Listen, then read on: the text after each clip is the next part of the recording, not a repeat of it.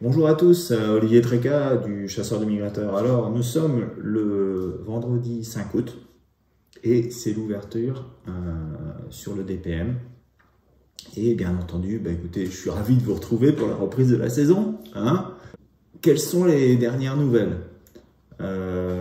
Écoutez, au niveau de la grippe aviaire, il y en a un petit peu partout. Il y en a dans la Somme, il y en a dans le Pas-de-Calais, il y en a un petit peu partout. Mais la bonne nouvelle, c'est que nos instincts ont permis la possibilité d'aller chasser avec des appelants déclarés, avec le formulaire qui va bien.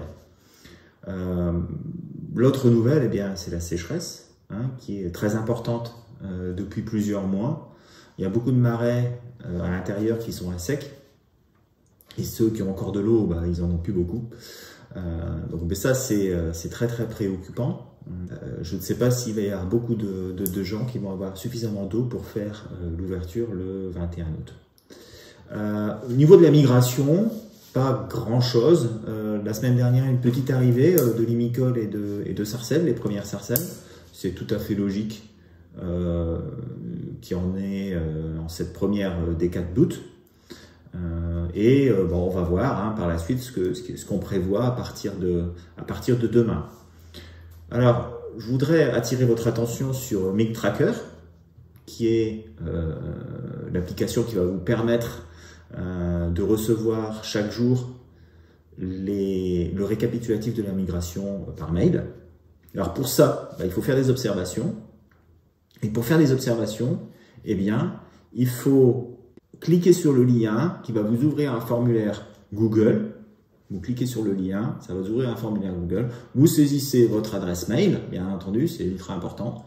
La localité où vous avez fait les observations. Et puis, ce que vous avez vu. Donc les pauses, le nombre de pauses, le nombre total posé, etc., etc. Enfin, tout ça, c'est bien décrit dans le formulaire. Et Thierry se chargera de vous envoyer une fois matin et une fois après-midi le résumé de tout ce que vous avez pu observer. Alors, bien entendu, c'est un petit peu donnant-donnant. Donc, si vous envoyez des observations, vous recevrez un récapitulatif. Si vous n'envoyez pas d'observations, vous ne recevrez pas de récapitulatif. J'en profite aussi pour vous dire que le chasseur des migrateurs, c'est aussi une gamme de cartouches. Et pour l'ouverture, je pense que justement, les petites 28 grammes acier en 7 et en 5, accompagné peut-être d'une 35 grammes en 4 et la meilleure combinaison pour aller chasser les petits limicoles qui sont présents sur nos côtes. Alors bien entendu pour les bécassines c'est la 28 grammes en 7 évidemment. Je vais vous laisser avec Thierry qui va vous faire part de la vidéo et de ses prévisions de migration pour les jours à venir, et puis je prendrai la suite avec en plus une nouvelle version des cartes et des étoiles. Alors c'est un petit peu plus soigné on va dire, et je remercie aussi Valentine, ma fille, d'avoir préparé un petit peu le support. Et puis voilà, donc on se retrouve après Thierry. À tout à l'heure, allez, ciao.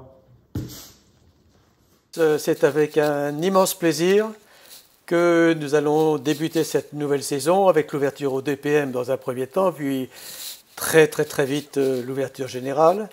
C'est un peu spécial cette année. Vous allez voir la description des conditions météo telles que je les vois.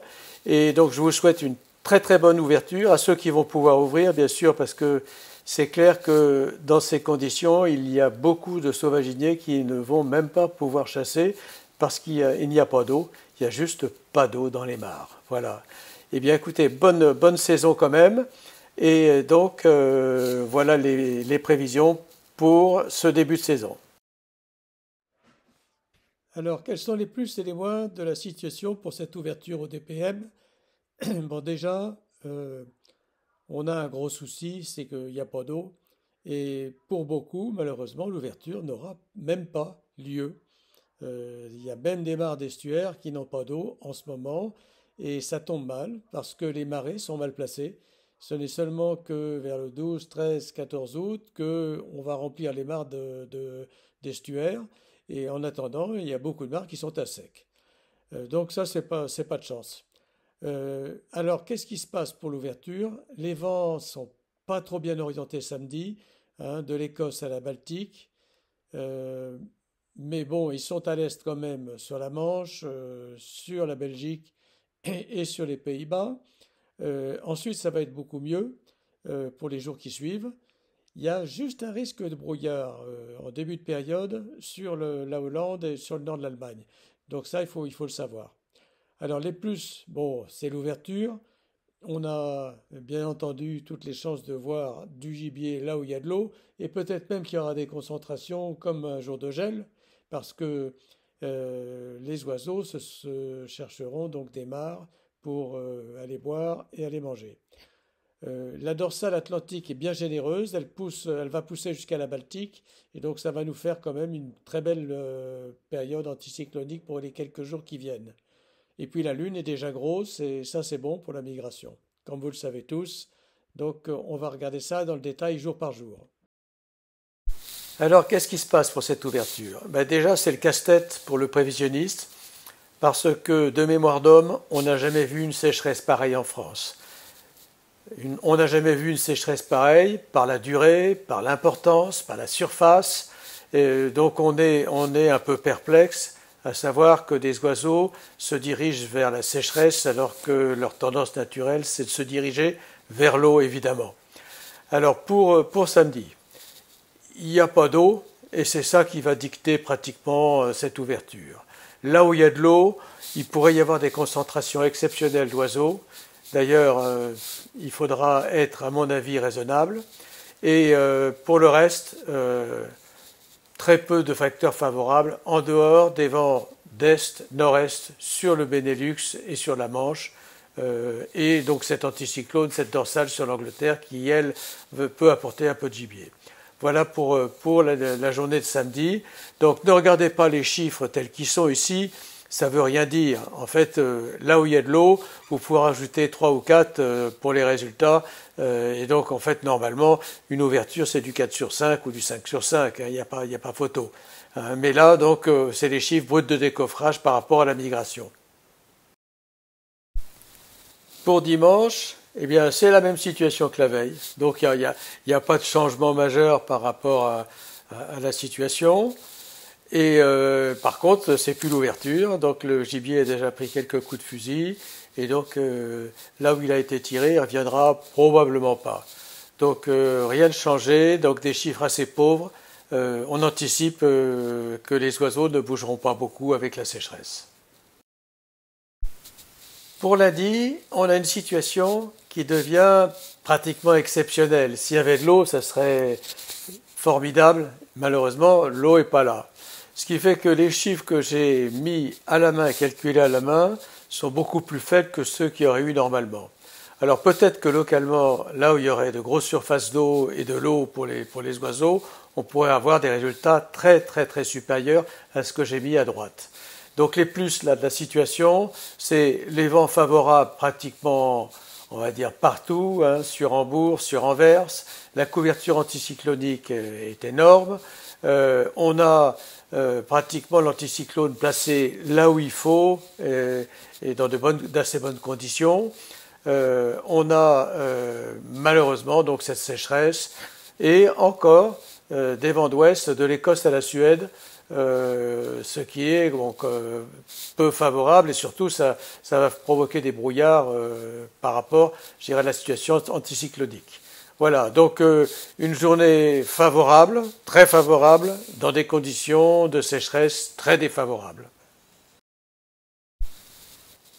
Pour mardi, on a exactement la même situation que la veille, donc la situation est bonne presque partout. Donc voilà les chiffres que je vous laisse découvrir. Donc il n'y a pas de bredouille à faire pour ceux qui ont de l'eau, bien sûr, mais bon, la migration sera très freinée par la sécheresse.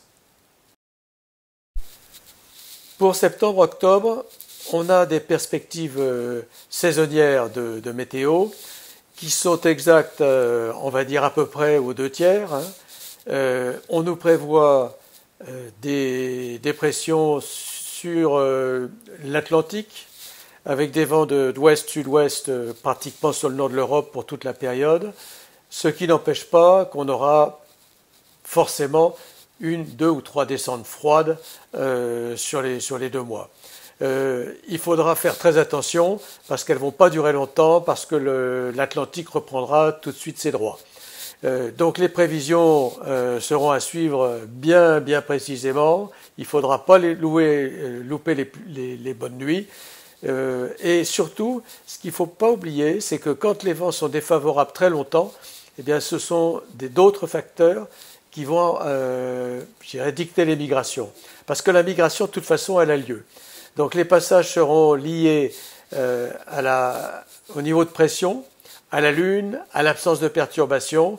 Et donc il faudra très attentivement regarder tout ça, parce que sinon vous raterez les bonnes nuits de septembre-octobre. Il me reste à vous souhaiter une très bonne ouverture, en tout cas pour ceux qui peuvent la faire. Donc pour ceux qui doivent patienter, eh bien patientez un peu, les choses vont venir assez rapidement maintenant, et puis on finira bien par avoir de l'eau. Voilà, et bon courage à tous, au revoir.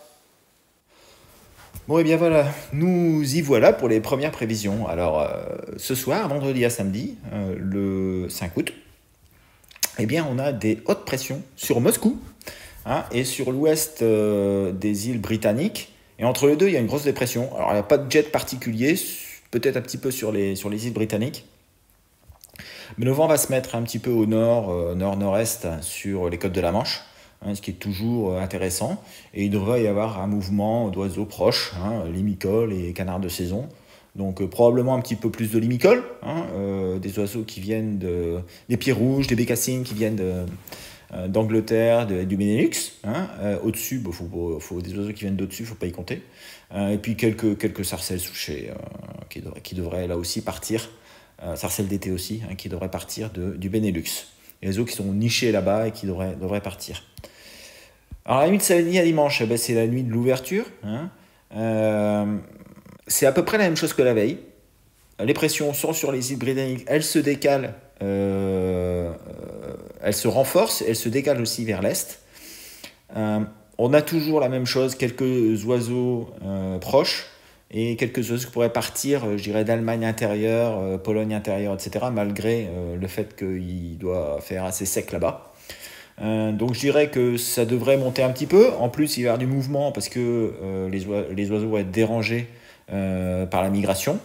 Donc pourquoi pas arriver à un 3 étoiles. Alors il ne faut pas s'alarmer sur les chiffres. 3 étoiles, c'est c'est pour la saison. C'est pas un 3 étoiles de mi-novembre ou de mi-décembre. C'est quelque chose qui est bon pour la saison. Voilà. Pour la nuit de dimanche à lundi, on a toujours la même chose, c'est-à-dire que les pressions, elles se décalent maintenant jusqu'aux pays baltes, mais les vents, ils sont toujours assez peu propices pour une arrivée massive. Alors, toujours des oiseaux proches, peu de vent sur les côtes de la Manche, mais c'est toujours, j'allais dire, moyen plus, donc moyen 2,5 plus 3, voilà.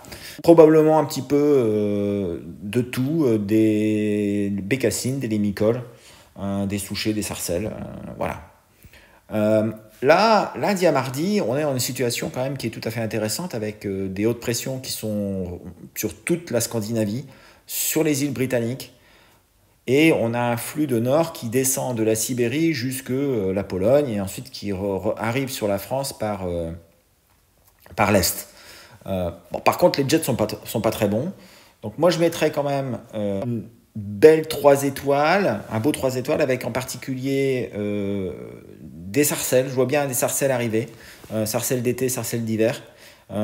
Essentiellement, bien entendu, sur la côte, évidemment, mais aussi un petit peu sur les vallées intérieures.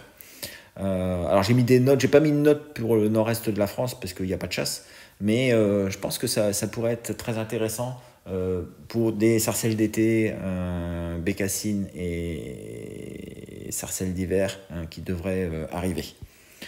Pour la nuit de mardi à mercredi, je dirais que c'est pareil que la veille, sauf qu'il y aura peut-être un petit peu de moins de vent porteur, mais Les quand même pressions sont hyper bien centrées, bien placées sur les pays baltes.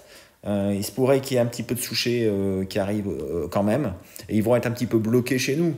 Alors, il y a de nouveau un jet aussi qui descend des îles britanniques. Ça pourrait faire venir un petit peu plus de limicol. Voilà. Moi, j'y crois vraiment pas mal pour cette nuit de lundi à mardi, mardi à mercredi, avec bien entendu la lune aussi qui monte de manière importante. Elle sera pleine mercredi à jeudi. Donc voilà, j'y crois pas mal. Ça devrait être intéressant malgré les chaleurs qu'il va y avoir et le manque de vent parfois.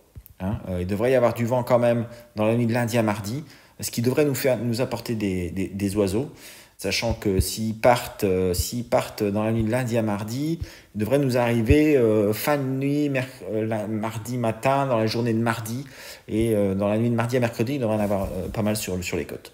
Voilà, bah écoutez, c'est une première. J'espère que cette nouvelle présentation vous a plu. N'hésitez pas à me poser des commentaires. Et puis, on se retrouve mardi prochain pour une nouvelle édition de ces prévisions de migration, version 2022-2023. Je vous souhaite une excellente fin de journée et à bientôt. Ciao, ciao.